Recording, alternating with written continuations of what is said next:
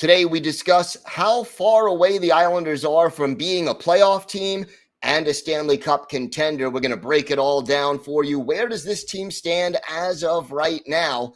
All that and a lot more coming up on today's Locked On Islanders podcast. Your Locked On Islanders, your daily podcast on the New York Islanders. Part of the Locked On Podcast Network, your team every day.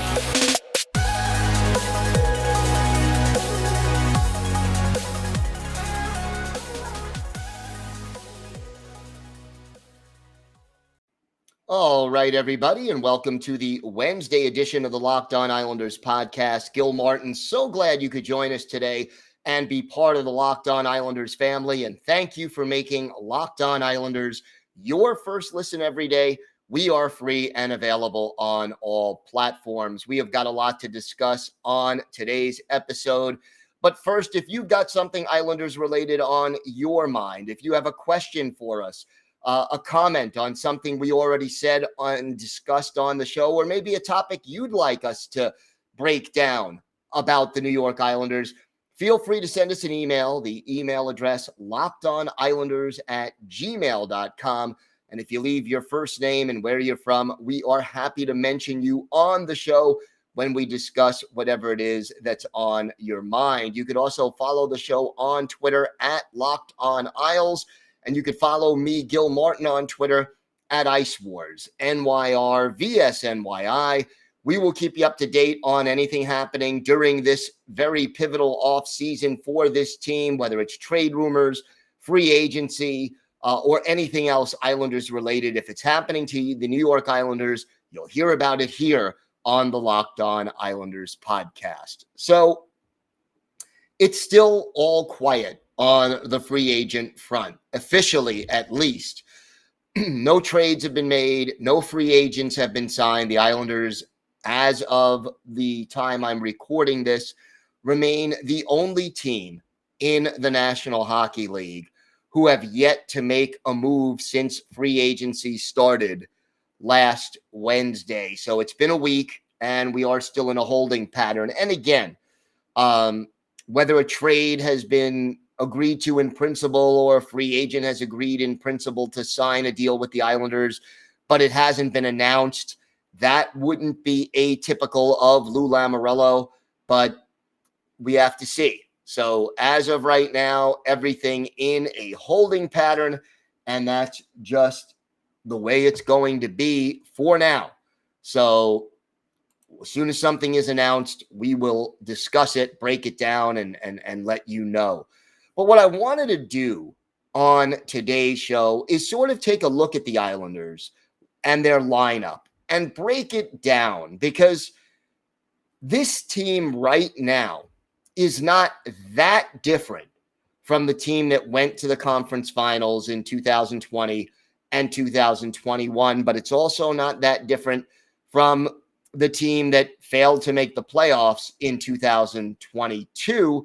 So what are the chances? And I guess part of it is how much of the Islanders' disappointing season last year was due to COVID, was due to the way the schedule worked out, including the 13-game road trip to start the season, and then playing all those makeup games and not having games canceled because of COVID, so that the Islanders were playing half of an AHL roster against NHL teams. And how much of it is because of a talent deficit? So I wanted to sort of get a feel for it and break it down for everybody and discuss where this team is really at right now. And to me, I want to start in goal, because I think that is, quite honestly, the biggest strength that this team has right now.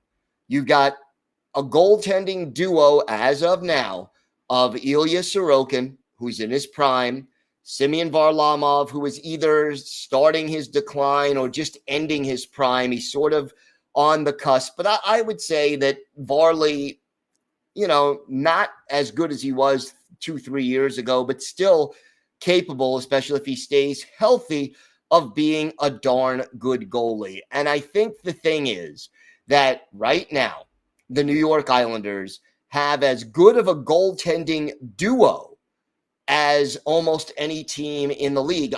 I think they are certainly, when you take into consideration both the starter and the backup, and I would say Sorokin is nominally the starter and Varley is the backup, where it would probably be, 50 games, 55 games for Sorokin and 35, 40 games for Varley if everybody stays healthy.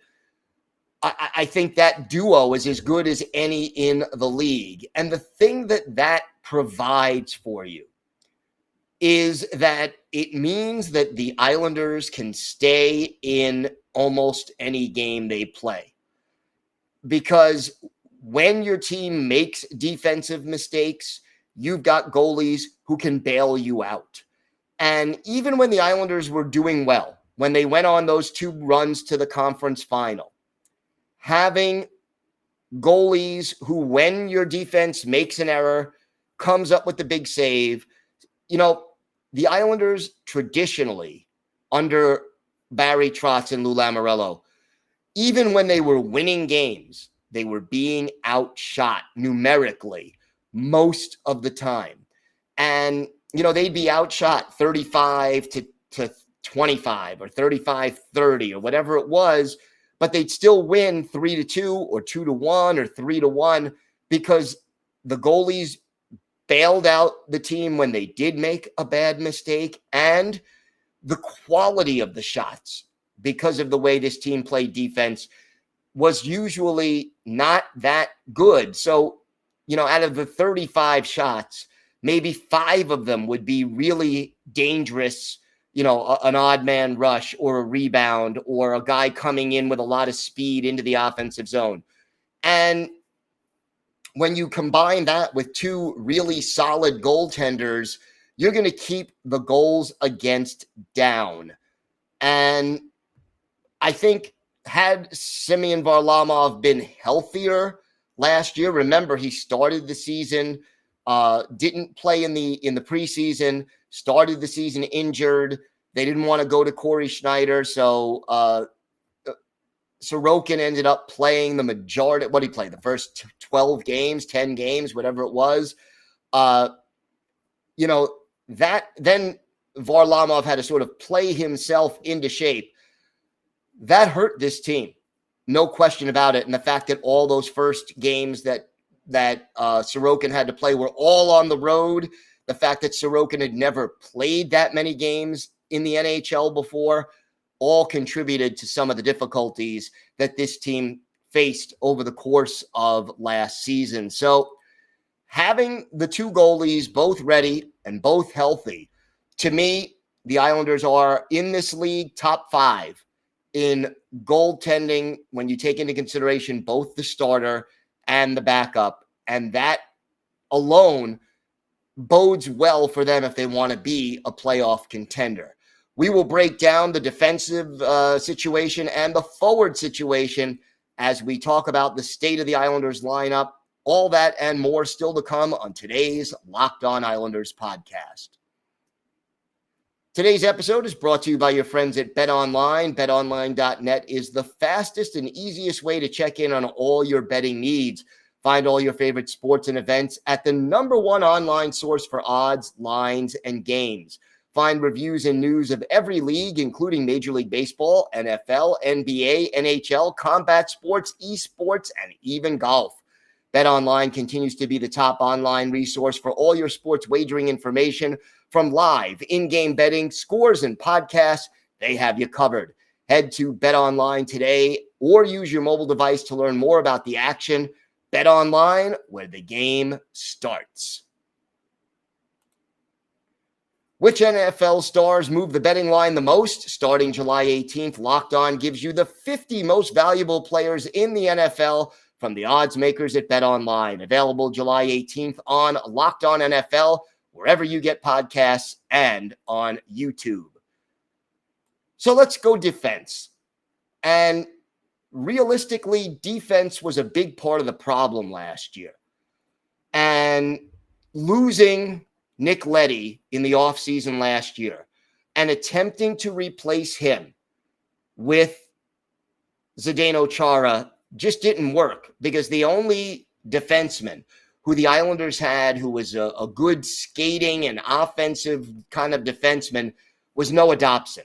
And I love Pelech and Pulock as a duo, but neither one of them are very fast afoot and the type of guys who can lug the puck up ice and help that transition game. Robin Salo probably still a year away at this point, but he'll have a chance to show what he could do. But overall, the defense was a little bit slow and not able to help that transition game. And then you add the health problems that the team had to put up with over the course of the year, and that added to it. I mean, obviously, Ryan Pulock missing as many games as he did, not helping the team. The fact that he only played 56 games, so he missed 26 games, and that hurt the defense. Then you had, COVID ravaging the defense, and, Robin Salo played in 21 games, Grant Hutton 16. These are guys who you would have preferred that they play a game or two, but they were pressed into duty. And then, Chara and Andy Green, you can probably get away with having one guy like that who is older and more experienced, but slow afoot, but having both of them on the ice sort of affected this team. And I think we saw, because Nick Leddy, his skill set wasn't replaced, that this team turned the puck over a little bit more in their own zone and in the neutral zone, and that ended up creating more quality scoring chances for the other team, and that certainly was part of the problem. I like the addition of Alexander Ramonov. I think he'll give them more mobility. He's not an offensive defenseman, but he skates well, and he still has upside offensively. And he can definitely lug that puck and start the transition game, whether it's skating or passing, in a way that Zdeno Chara at this stage of his career cannot do.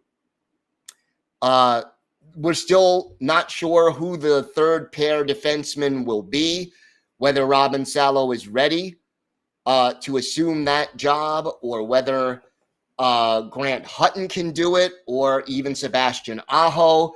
Or do the Islanders still look to bring in somebody who can be teamed with Scotty Mayfield and get that job done? That is something we will know before training camp starts. But I think 5 spots are more than adequately filled in at this point. I mean, Pelech and Pulock as good a first pair as defensively, at least, as you're going to get. Dobson still on the upswing, Ramonov still on the upswing, and Mayfield, for considering his very low cap hit for one more year, still able to get the job done defensively. I think the Islanders are in the top third of the league, maybe somewhere between 10th and 12th from top to bottom.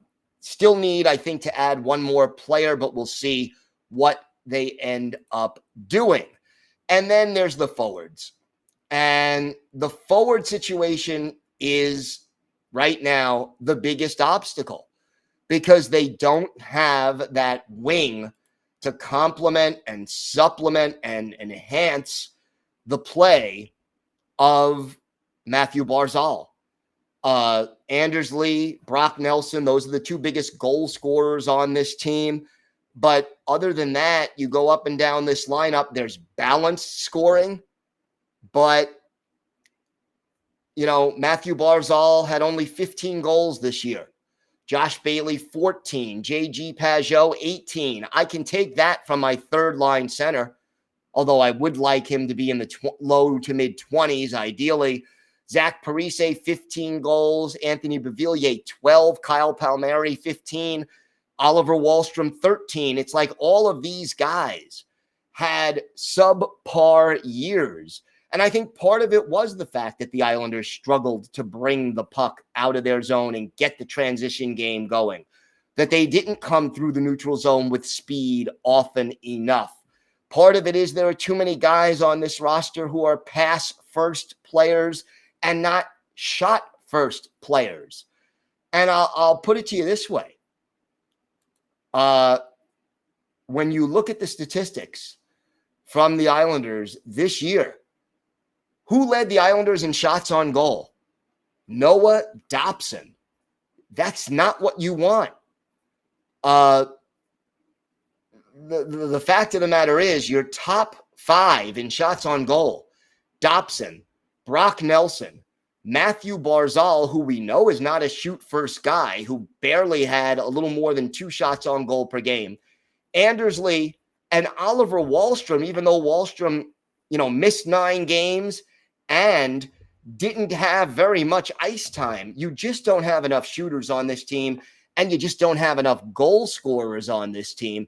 Last year, only 2 players reached the 20-goal mark, and that was Nelson and Lee, and nobody else had more than 18. So forward-wise, there's balance, but there isn't enough firepower. And it is very hard over an 82-game grind to win every game 2-1, 3-2, 1-0. You need a little bit more of a margin for error. And the one thing that both of the years that the Islanders reached the conference final had in common, they were seasons that were shortened by COVID. So that the Islanders played, I believe it was 62 games in 2019, 2020. And I think we all played, 56 games in 2020, 2021. Now, will Lane Lambert's arrival mean a slight change in the approach for the Islanders? Yes, it probably will. It remains to be seen how that'll play out. So there's that. But overall, you need a little bit more firepower. The Islanders were 22nd in the league in goals scored and 7th in goals against. And if you're going to be 22nd in the league in goals scored and you want to make the playoffs, your goals against have to be top 5. And they just weren't quite there. So I think the problems on defense and the lack of firepower combined hurt this team. One more scoring forward, that 30-goal guy, that elite goal scorer that we've been talking about, really could make this team whole. And it just becomes a question of whether or not Lou Lamoriello will go out and do it. I think this team is capable of getting into the playoffs the way they're constituted right now. But when you look at Carolina, the Rangers, the Penguins, the Blue Jackets, the Devils,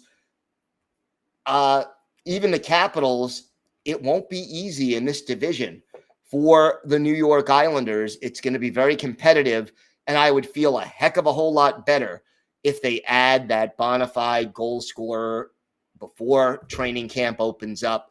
We'll see what Lou Lamoriello does. We're still waiting on that hockey trade, but hopefully we'll get some news about it soon. When we come back, our Islanders birthday of the day, a defenseman who closed out his career with the Islanders and really was almost like a player coach during his 2-year tenure with the team. Let's see if you can guess who that is. We've got that and some final thoughts coming up on this episode of the Locked On Islanders podcast.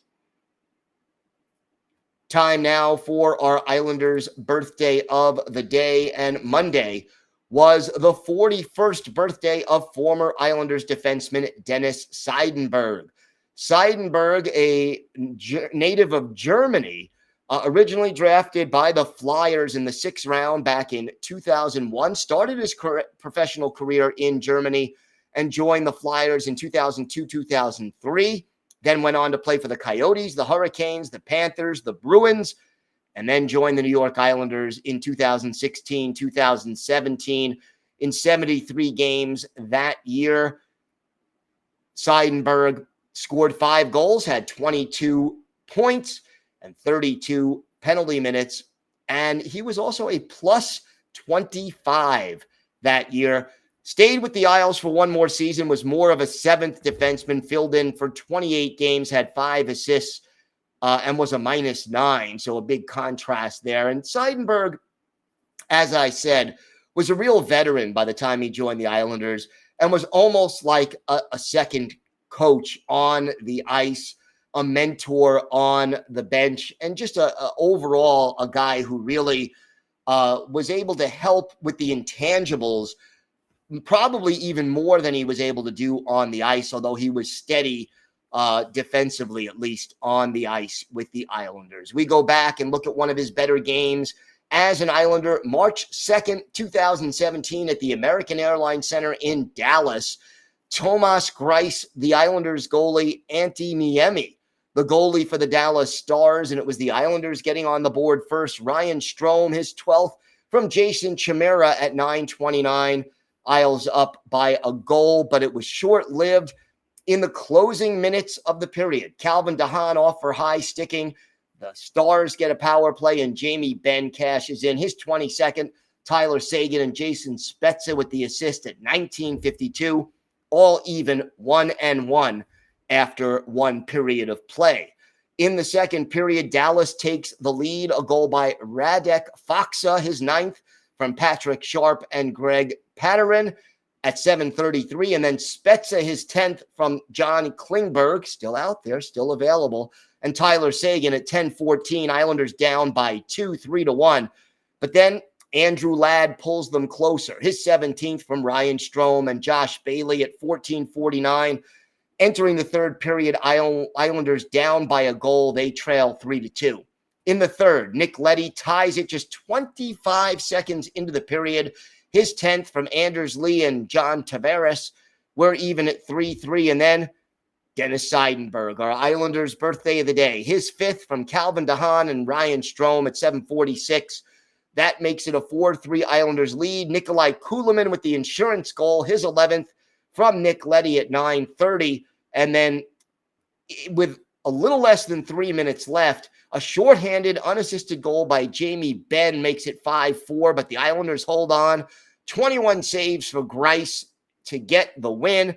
As for our Islanders' birthday of the day, Dennis Seidenberg, he had a goal and was a +3, had 3 shots on goal and was on ice for 20 minutes and 28 seconds. So again, Dennis Seidenberg, the veteran defenseman who helped the Islanders in the late 2000 teens, he was 41 on Monday, and he is our Islanders' birthday of the day.